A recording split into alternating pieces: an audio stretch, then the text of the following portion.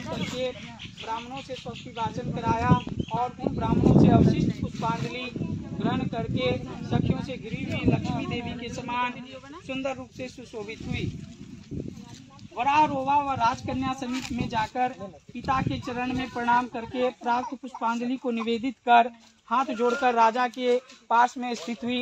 युवावस्था को प्राप्त हुई देख राजा ने उसके विषय में मंत्रियों से सलाह लेकर राजकन्या से कहने लगा कि हे पुत्री, तुम्हें योग वर को देने का समय आ गया है।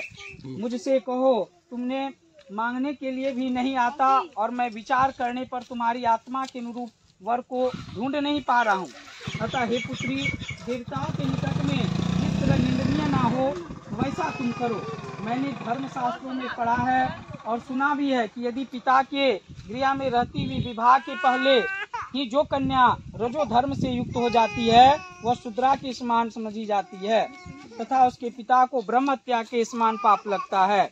इसीलिए हे पुत्री, मैं तुमको भेज रहा हूँ कि तुम स्वयं अपने योग वर ढूंढ लो। वृद्ध मंत्रियों के साथ शीघ्र जाओ और मेरे बात को मानो। इसके बाद जैसा कहते हैं वैसा ही होगा।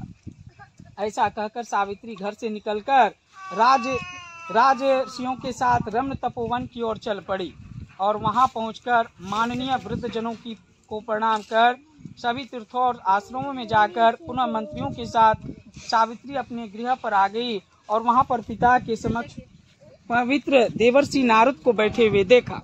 आसन पर बैठे हुए नारद जी को प्रणाम कर मुस्कुराती हुई जिस कार्य के लिए वन में गई थी सारी कथाएं उनसे कहने लगी। सावित्री बोली कि हे देवर्षि नारद जी, शाल्व देश में धर्मात्मा धूमसेन के नाम से विख्यात एक क्षत्रिय राजा है जो कि देववश अंधे हो गए हैं। उस समय उनका छोटा सा बालक और उसकी माँ थी। ऐसे समय में अवसर पाकर उनका राज पूर्व बैरी रुक्मिणी नामक के सामंत राजा ने उनसे छीन लिया। अतः वह आर्य धूमसेन छोटे बच्चे को साथ लेकर अपनी स्त्री के साथ जंगल की ओर चल दिए। उनका वह पुत्र वन में ही बड़ा होकर धार्मिक सत्य बोलने वाला है, अतः अनुरूप पति समझकर मैंने उसे मन से वरण कर लिया। यह सुनकर नारद जी कहते हैं कि हे राजन, सावित्री ने यह बड़ा कष्टप्रद कार्य कर डाला।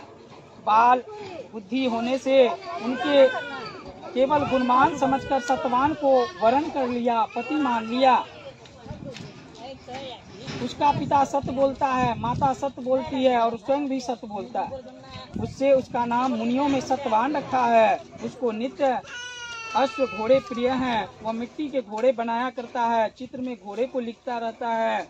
इससे उसे चित्राक्षस भी कहते हैं। सत्यवान दान और गुण में रंती देव के शिष्य के समान है। ब्राह्मणों की रक्षा करने वाला, सत्यवादी, अविनाशी, शिव के समान, ययाति के समान, उदार, चंद्रमा के समान देखने में प्रिय लगने वाला, रूप में दूसरे अश्विनी कुमार के समान और धूमसेन के समान बलवान है।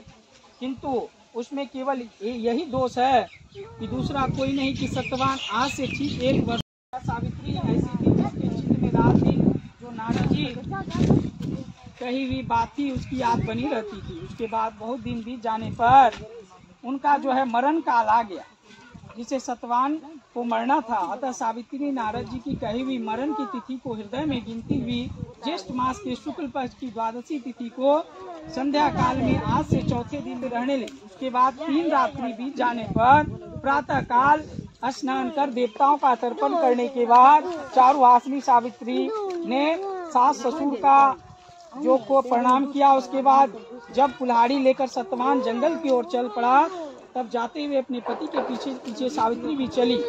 वन में पहुंचकर सत्यवान जल्दी से फल, पुष्प, समिध, पुष्प तथा सूखी लकड़ियों को इकट्ठा कर ले जाने योग्य भार बनाने लगा। लकड़ियों को काटते काटते उसके सिर में पीड़ा होने लगी, जिससे उस काट को छोड़कर वट की वृक्ष के छाता का सहारा ले लिया। सावित्री ने से कहने लगा कि हे सुंदरी, सिर की वेदना मुझे दुख दे रही है, अतः मैं तुम्हारी गोद में क्षण भर सोना चाहती हूँ। सावित्री ने दुखित होकर कहा कि हे महामाओ, आप विश्राम कीजिए, पीछे हम श्रम को दूर करने वाले आश्रम चलेंगे।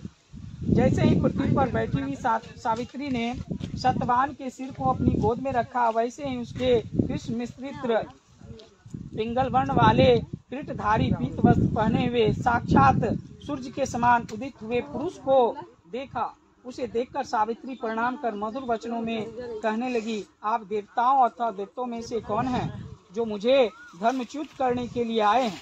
मुझे अपने धर्म से च्युत करने के लिए कोई भी समर्थ नहीं है, क्योंकि हे पुरुष श्रेष्ठ, धधकती आग की लपट के समान ही समझिए। यमराज ने